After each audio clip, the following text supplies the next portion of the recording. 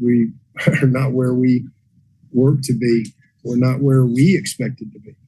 And we got to own that. No, I can't put lipstick on this pig, college sports fans.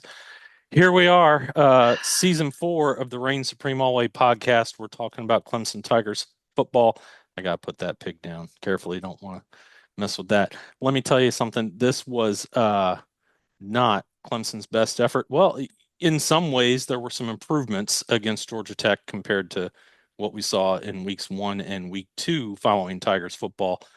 Clearly not enough. Georgia Tech was the better team for the majority of that game, as I put it with Clemson and other opponents before.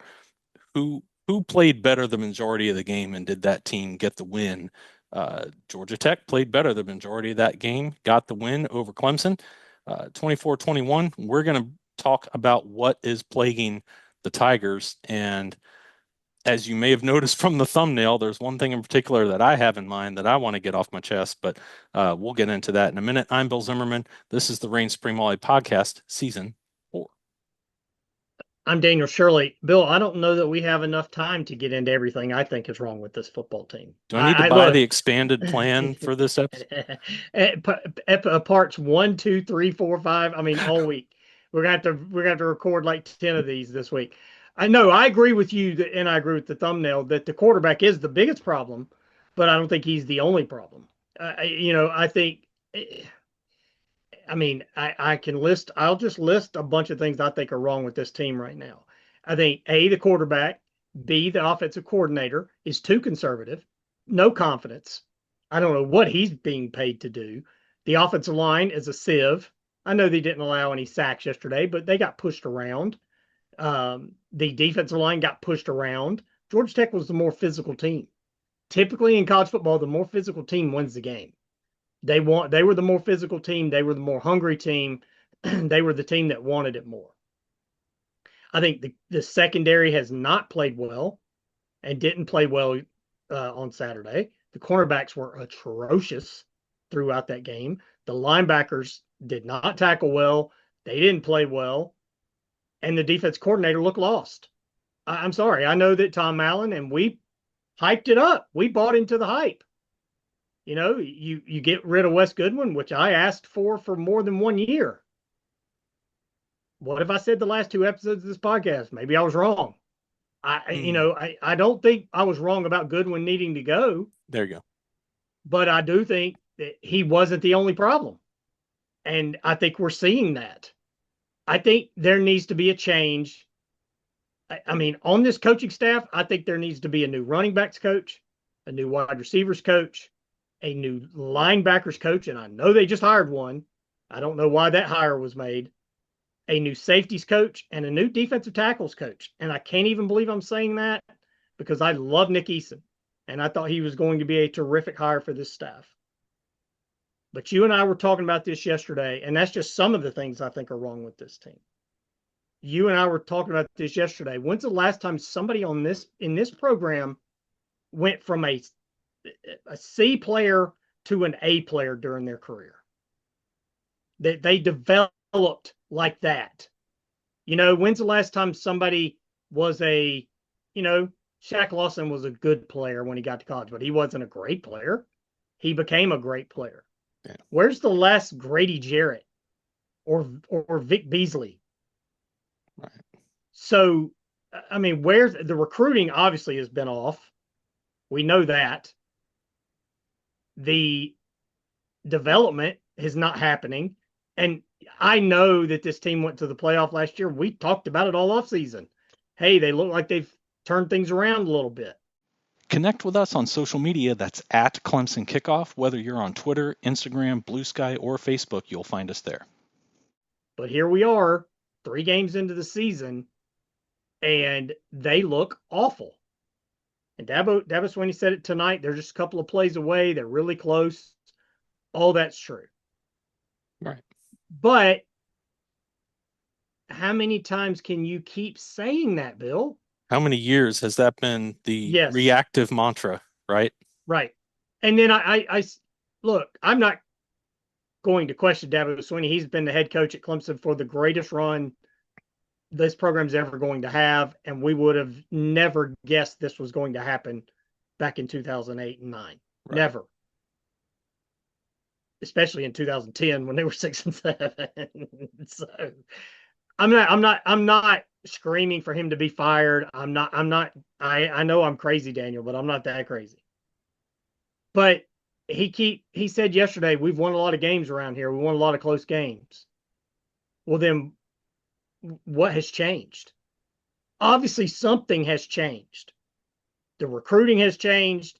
The development has changed. The coaching has changed. The attention to detail is not there. The championship focus. Bill, and I'll shut up in just a second. But do you remember that 15 team that played with just with its hair on fire? Yeah. And went to the championship game and lost. And sure, that was a great year. I know it didn't end the way you wanted it to. But the way they played in that Oklahoma game, remember that Oklahoma game? Right. That they just played, 100% in that game. And I hate After when people losing say Lawson for one thing, right, right. And I hate when people say they played 110%. You literally can't play 110%. But they played with every ounce of fire and passion and hunger and grit and grime and all that stuff in that game. I remember Dabo screaming after the Wayne Gallman touchdown that kind of sealed it. That's the trenches. That's how you win in the trenches. Remember on the sideline, he screamed. Where is that? Where is that focus and that passion and that, hey, I don't want to lose. I want to win, but I can't lose. I hate losing more than I love winning. So, Bill, but it feels like, we'll just go hire another one of our former players and we're going to, just hire all the buddies and bring in all these, our family and friends, and they're on the staff. And it's not working right now. Whatever that is that's going on is not working. Dabo said this yesterday, and I think he said it today too about the defense, trying to keep guys fresh and rotating. Whatever we're doing, we're 1-2. And it's not working. Well, I'm glad to hear that, because that is what you want to hear. You need that focus and that, point the mirror at yourself, point the sun spotlight at yourself, all that stuff. Right. That needs to be going on with everybody in this football program right now. There you go. You mentioned Shaq Lawson with the tweet, there's no dogs at Clemson right now. Right. And yep. That is someone who knows more how to look for those things than you and I do, right? But I think we see it too. I think we see sometimes there's flying to the ball, but it's flying the ball out of control. And then other times there's like trying to stay on assignment, but then people are on their heels trying to stay on their assignment. And there's a needle to thread that I'm not going to stand here and say, well, I did it for, high school, middle school, anything like that. And no, I didn't, I haven't played the game, but we can see it nonetheless. You and I have been watching sports analytically for decades, right? At all levels. And there's a factor that you can see, I love the phrase it factor. I saved that for a very few guys. Dexter Lawrence showed it factor right out of the gate. Others have shown it on occasion right out of the gate. Other times it takes a little while to develop. And look, I'm also, there's not a lot positive to say right now. And it's not like we want to jump on here and pick and criticize and all that. And Dabo Swinney has said, hey, there's going to be criticism and it's on the team to keep it at bay and focus on the task at hand. And that's fine. We're talking to the fans, not to the team. And I think we're going to analyze what we're seeing here.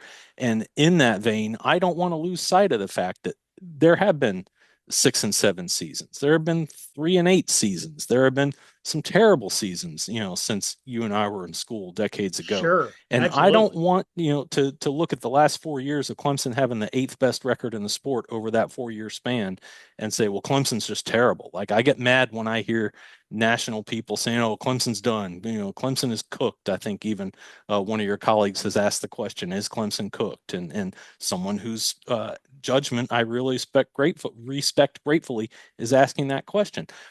I think we can't lose sight of the fact that this is only week 3. They're 1-2. They've lost to 2 opponents that do have a lot of respect. They've lost them, as Dabo said, on the final play of each game practically. I know LSU took a knee or ran a ball a couple times or whatever. There was a minute left on the clock, but it was, the final play of the game that mattered was what it came down to. Same thing against Georgia Tech. The Clemson defense, despite giving up too much yardage, kept Georgia Tech's kicker Burr out of his field goal range, and yet he nails that kick, and it would have been good from another 5-10 yards out. It sure looked like to me. That's these are close losses, right? You can't get away from that. There have also been some close wins in recent years where things go a little bit differently a couple of times, couple of ways. Maybe an injured opponent is on the field. Maybe that changes things. I go back, was it 15 or 16 against Louisville when Jair Alexander was hurt?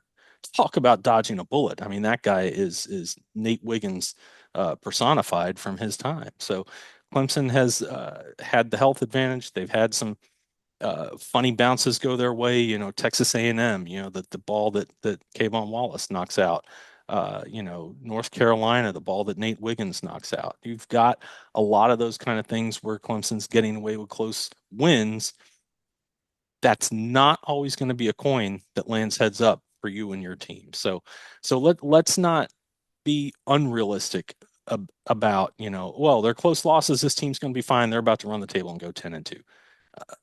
Maybe they will, but I don't see that happening right now. And I think what this team needs to find is its own version of whatever happened a couple of years ago after losing to Miami, after losing to NC State, and they turned around and beat Notre Dame, made me literally eat my own words in mayonnaise, which is a food that I cannot stand. I did admittedly pick something there. And I'm like, no, I mean, I can't make myself sick for 2 days, but I can gross myself out for having guaranteed that they would not win that game. And they did. That's what this team has to do. And suddenly we are looking at a game against Syracuse, who lost their opener, then barely beat UConn, and then brushed away Colgate very easily without a challenge. So what are you going to do against Syracuse? And I think one of the things I hope this team will do is not just say, don't let Clemson beat Clemson. First of all, yes, you do need to be your own best at every position and match things up. Prepare for Syracuse also. Prepare for this game because you're going into the bye. That's a spot that has tripped Clemson up in the past when you're going into that bye week. You lose a game you shouldn't lose. This, and frankly, it'll be a second week, third week in a row of Clemson facing an opponent they shouldn't lose to. Georgia Tech outplayed Clemson without doubt. All credit to them for winning that game. I don't think what I saw out of Georgia Tech is as good as I expected to hear from a lot of the preseason hype around the Yellow Jackets on the rise, on the way up. I think Clemson, when you look at the talent and when you look at Clemson full throttle against Georgia Tech full throttle, Clemson should win that matchup. They did not. They played down to the level of their opponent and lost. And this week, they cannot play down to the level of Syracuse and lose this game. They have to find a way to be the better team and prove they're the better team because right now on paper, nothing matters. It's all about results for this squad. Be sure to subscribe at youtube.com/Clemson Kickoff. It's free. It's the best place to catch all our episodes, and it's the best place for you to comment with your reactions. Yeah, that's true.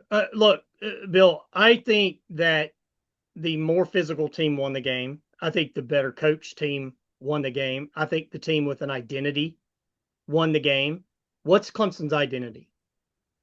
Right? I mean, what's Georgia Tech's identity? Toughness, physicality, punch you in the mouth, and Clemson didn't want any part of it. Yeah. The defensive line didn't want any part of that, and we saw that. We go back to the close games, and I was just looking something up. Since 2021, okay, you count 2021 through the first 3 games of this year. Clemson has lost 14 games. 8 of them have been by 8 points or fewer. So that's a lot. But also, you want to say, hey, we've won a lot of games around here. Sure, you have. You know how long it takes you to get to 14 losses for Clemson before 2021? Before 2015? 2012. Wow. They lost 2, 2, 3, 1, 1, 2, 0, we know that's an outlier, and 1. Yeah. And then 2. I'm sorry. And so and from the from one you 2012, mentioned, they ran right. off 29 in a row before they lost that one And that was in in the national championship 2019. game. Yep. Right. And so from 2012 to 2020, they lost 14 games. Since from 21 to now, they've lost 14 games. So you can't tell me something hasn't changed. Right. Now, I'm not a football coach. I don't know enough about it to tell you what has changed. I could tell you right now that the quarterback is not up to snuff. I don't care. I don't need to be a coach to tell you that. Not And close. I will tell you, I will tell you, I was talking to a coach last night. I was texting back and forth, and he's as good a coach as I've ever been around in my life, and one of the smartest people in coaching I know. And he gave me this quote: "The more you win, the more conservative you get because you don't want to do anything that could make you lose."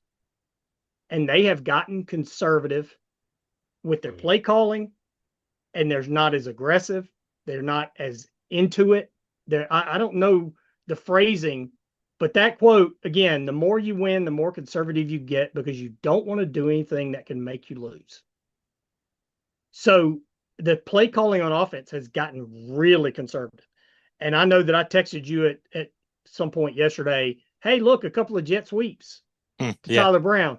Right. They ran 2 of those bills. They gained 26 yards. Right. And you can't run a jet sweep all day, but no, it's indicative of when you throw wrinkles in, it opens things up.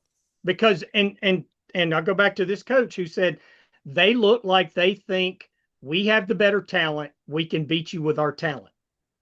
And they had that for a couple of years, right? You go from that 2016, 15, 16 team to when Trevor Lawrence left. They had better talent than the other teams. And I can't tell you how many times, I think people know I work at The Athletic. I can't tell you how many times we've run coaching insider stories on our website at The Athletic, and they will say what Clemson does, and David Hale has written this on ESPN as well. What Clemson does is not that challenging. Right. They just had better players. Well, now you don't have the better players. You need to get back to trying to challenge the defense with something offensively, some options, some motion, something. And we talked about this after the LSU game. Where is that? Yeah. And then on defense, 3rd and 7 against that team that they played yesterday. You don't know a wide receiver screen is coming, or you don't know a Haynes King's going to drop in the pocket and look and then take off is coming. Right. And you've got a spy who's not in position. Right. Why is he even spying if he's not going to be in position? So I just think the lack of details and the attention to detail. Yes. In this coaching staff and in this team. And Bill, that's leadership. And that's players holding each other accountable. And I had somebody text me last night, and you've said this many times here on this podcast. They need somebody pushing Cade Klubnik who threatens his playing time. Yeah. And it's too late now because he's a senior and he's our guy, and he can do whatever he wants, and he can throw picks, and he can fumble. They're not going to take him out. What did I tweet? I will send an extra $17 to Ipte if Vizina comes in the next series after that open field tackle fumble and throws a pass, not just run the quarterback draw. Right? Yes, exactly. Not come in and do QB sneak on first down, and Klubnik comes right back in. Look, hey, can I say something? Let me say something real quick before you start, because you know what's going to happen next year when he's the quarterback. He doesn't have any experience. What are we going to do? He doesn't have experience. Well, why doesn't he have any experience? Because you haven't let him play. Okay, sorry. Didn't mean to. No, exactly. And, that's what we said about 2017 when Kelly Bryant came in. He was the option to start, apparently. We had hardly seen him thrown a pass. During when he would get in there or when Nick Schuessler would get in there. Schuessler might be able to throw the ball a little bit. You never saw Bryant throw it. You always saw Bryant being given a run play to execute. Maybe it was an option, maybe it was an RPO. You saw a lot of running from Kelly Bryant, and you really needed to see him sling the ball a little bit, and that's what we need to see out of Vizina for next year. But as I have said in the past, I want to see Vizina come in and take over so that Klubnik sits and watches and says, hey, look, I know it's not quite the same for quarterback as everybody else, but every other position on the field, you blow an assignment, Yes. you knock a guy out of bounds, you fumble the ball, you're sitting, You sit. Absolutely. And that has never occurred with Cade Klubnik that I'm aware of. I don't think he's ever just been pulled and sat after a bad mental mistake. Look, if you throw a little bit too much off your back foot and you get a little too much air under it and the DB comes over and picks the ball, well, that's one thing, right? But when you just flat out don't run the play that is called, even when a timeout huddle says Shipley has to carry this ball. When they lost a game because of that in Miami. Or right up to yesterday, where Klubnik runs out into the open field, has the ball in the arm that is facing the defender wide open, runs right into a full-on collision with that guy. Doesn't do anything to minimize the impact, and the ball goes flying, as you see in that thumbnail. I'm not going to say Klubnik needs to not be QB1 for this team. I am going to say that something needs to happen to discipline him and to bring this in, because right now, to me, he's right back into sophomore form. He's not protecting the ball. He's very jumpy in the pocket. He has lost a lot of his patience in the pocket that he had last year. O-line wasn't in the first 2 games of the year as good as last year's offensive line. I think yesterday the O-line was improved. It was not perfect. It was not still as good as last year. You did see Klubnik. Yeah, it was better. And you did see Klubnik in some instances stay in the pocket, look out downfield at other options and deliver the ball.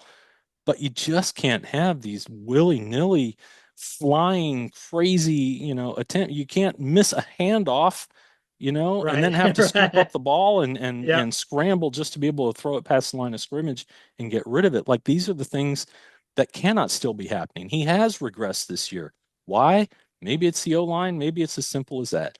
He's supposed to be a more veteran presence for this team. He's supposed to be more of a leader for this team. I would imagine he's getting paid more this year than he was last year. Do your homework, be prepared. And this remark I will not limit to Klubnik.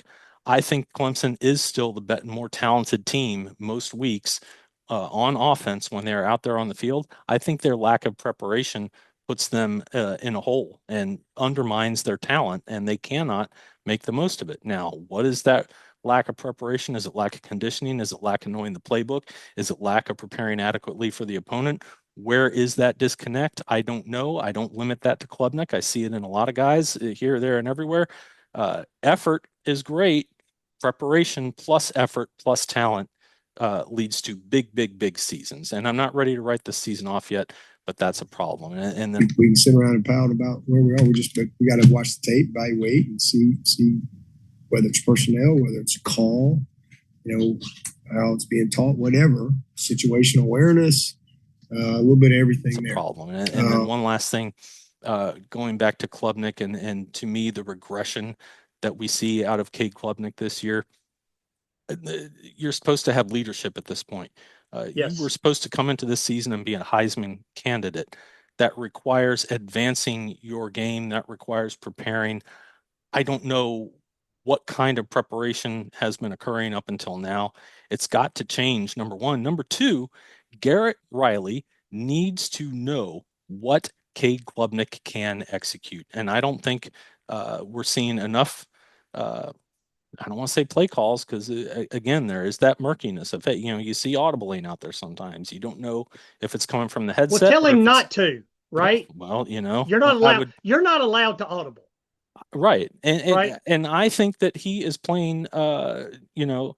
He said himself after LSU, one of his frustrations is he wants to be able to take control of the game when he sees that it's available.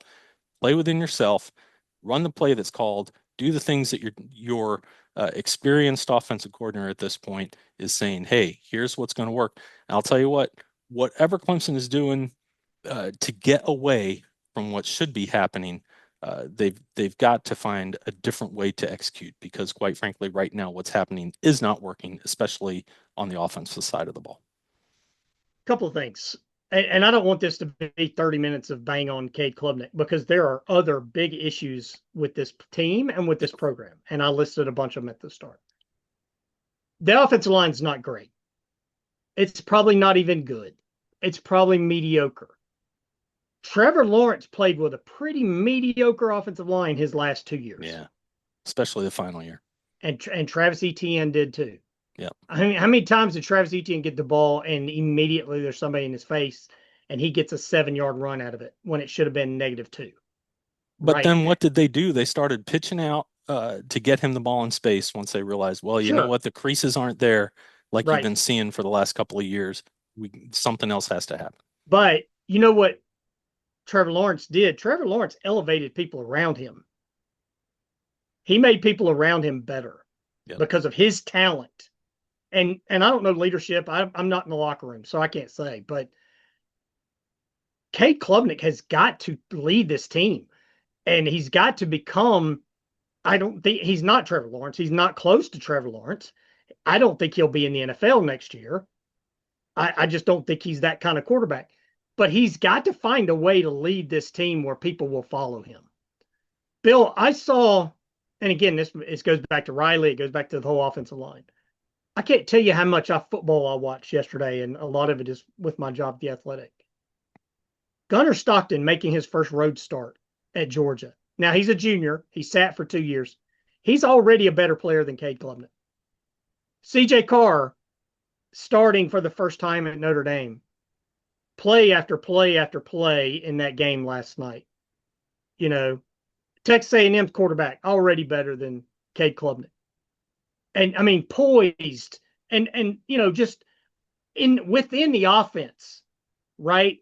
You know, making the plays in the offense, not trying to be Superman, not trying to do too much. Remember last year there was a national writer who said he needs to be Superman.